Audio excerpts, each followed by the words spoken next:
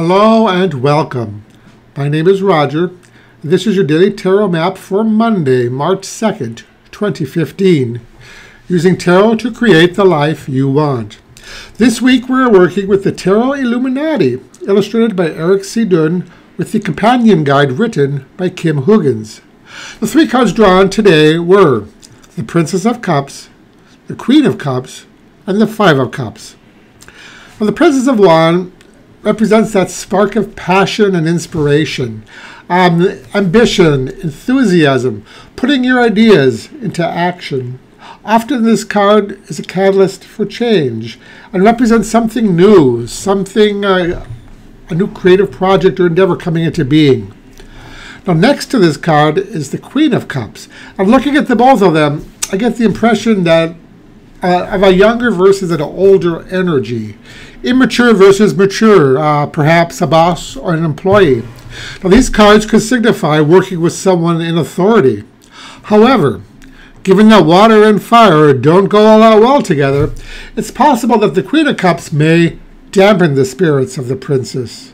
Perhaps it represents an employer shooting down your idea, or some other authority figure telling you that you're thinking too far outside the box and that your ideas are unacceptable. Leave it to an authority figure to dampen your spirits. Now, I know that this sort of thing happens often, especially to creatives who tend to imagine things outside the norm. Think of the number of times even successful authors are rejected by publishers and agents. So, where does this all lead? To disappointment, a feeling of loss, as represented by the Five of Cups. Perhaps getting shot down or ridiculed by someone in authority, someone you respected, or perhaps somebody you respected has created a feeling of disillusionment. Now, if the person represented by the Queen of Cups was a friend, then perhaps that friendship is now in jeopardy. Now, this might, at first glance, not appear to be a very uplifting reading, but it is actually an opportunity to learn from our experiences. Not all of your ideas, projects, and endeavors will be greeted with open arms by others, thus perhaps leading to feelings of rejection or inadequacy. But these days, we no longer have to wait to be picked. Well-known speaker Seth Godin has talked about this, that these days we have the ability to self-publish our novels, our art, our music, our tarot decks. And in so doing, we no longer need to tie our self-worth into whether or not a publisher likes our ideas. The power of the gatekeepers is waning, and we are now part of an entirely new generation, a generation who can pick themselves. Now, at work, this might not be so easy. But remember this, not everyone will be on board with your ideas, but that doesn't mean your ideas aren't any good. Perhaps there's a way you can bring them to life outside of work.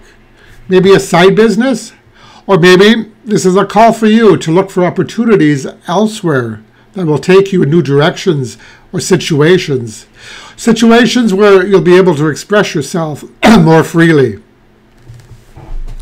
Now, the message I'm getting from these cards, three cards today, is don't allow others to determine the validity of your work or wait for others to pick you. Instead, pick yourself. Now, today's advice card comes from the Enchanted Map Oracle by Colette Baron-Reid. The card drawn was number 5, Goblins, another synchronistic card. Now, the author states that goblins are born inside of us whenever we are wounded, and a part of us gets lost in the process. This is well illustrated in the Five of Cups card that portrays the disappointment, hurt, or loss we may experience, and it becomes a part of us deep down. Authors may stop writing because of a particular scathing review, or painters may stop painting, and in doing so, they experience soul loss. That goblin is a voice deep within us, part of our shadow self that tells us, you suck, give it up, nobody's going to like your work. Again, see the goblin as an opportunity for growth. Instead of listening and taking to heart the words of the goblin, whenever this little beastie makes an appearance, Take it as a message to let go of resentments, self-doubt, and negative thoughts. And as you continue to do so, you will begin the healing process and make progress toward becoming whole once again. That is your daily tarot map for today. Thank you for watching, and I'll see you again tomorrow. Bye-bye.